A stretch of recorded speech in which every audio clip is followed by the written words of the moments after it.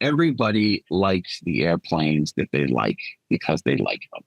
You talk to OEMs, they got the best product. Talk to the next OEM, he's got the best product. Talk to the next OEM, he's got the best product. What's the truth? You don't really know the truth until you operate the airplanes. That's a good point. I mean, look, all the airplanes are they're all pretty good. At the end of the day, I think Challenger, G280, Challenger 3500, Falcon 2000, the manufacturers all make a great airplane. Oh yeah. I mean, they're all airworthy. They're all fantastically cool and fun to fly. Do you want your Bentley to be used as an Uber car, or do you want like your Toyota?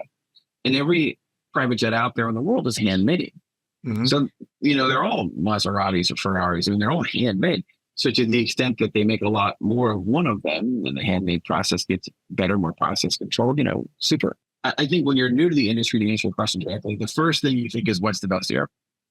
And what you generally fail to realize is that the ultra high net worth buyer of the aircraft often knew what kind of airplane he liked before he ever got rich enough to buy the airplane.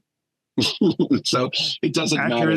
Very accurate statement. You've got people that are Gulfstream owners that are never going to change. You got Falcon owners that are never going to change. Challenger owners are never going to change. Yeah. Some guys are Corvette guys. Doesn't matter how much money they've got. That's their thing.